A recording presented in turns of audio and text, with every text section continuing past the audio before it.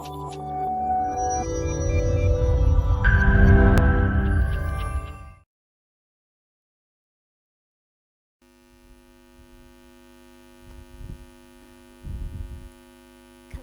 established ideas to make something new or be original.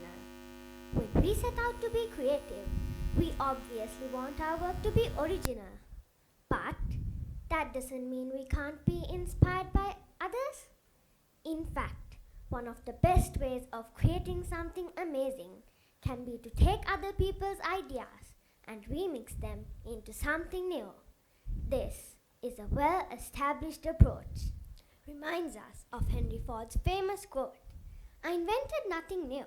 I simply assembled the discoveries of other men behind whom were centuries of work," as well as Pablo Picasso's pithy line, "Good artists copy, great artists steal. Artists have always taken inspiration from others." No idea is purely original, but there's a balance to be struck.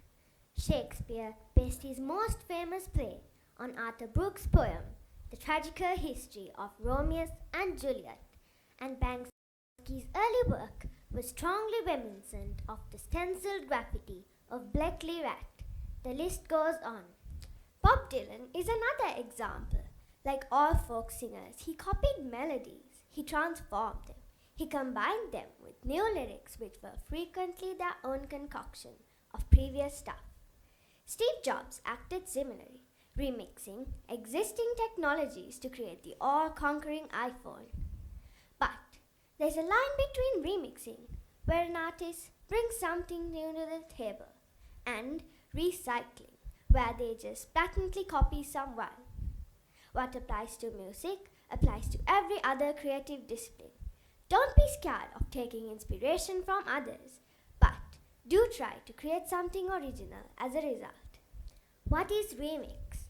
Copy, transform, combine. That's how remix works. Many artists feel like remixing is cheating or unethical because it's considered copying. But copying is only one part of remixing. It's essential, but it's also the least creative part. It's how we transform and combine our sources that defines our work. We all copy, we all transform, we all combine. You take an existing song, you chop them up, you transform the pieces and combine back together. You get a new song with old elements. I think these are the basic elements of all creativity. I think everything is a remix and it's the best way to be creative. In summary, our most celebrated creators borrow, steal, and transform. So don't be afraid of doing so yourself. Our creativity comes from without, not from within. But how do you become an original thinker if you want to be one? Procrastination. Putting things off can actually be good. Procrastination is generally seen as a bad thing. Every motivational speaker and life coach will tell you, stop thinking about it and get on with it.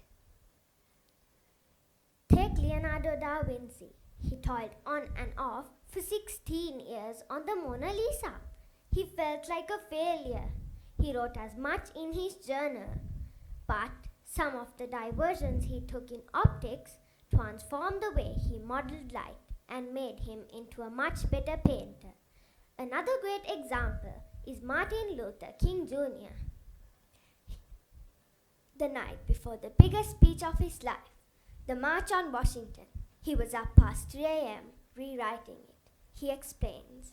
He's sitting in the audience waiting for his turn to go on stage, and he's still scribbling notes and crossing out lines.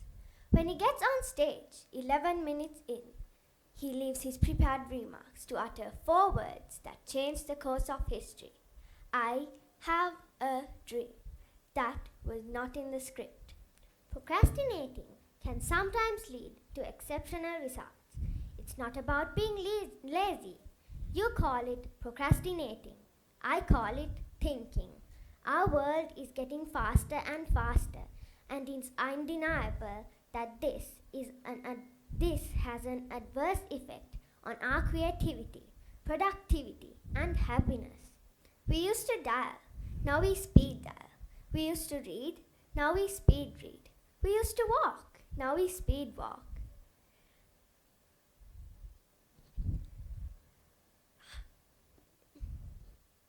How do you become an original thinker? How do you become an original thinker if you want to be one? Thank you.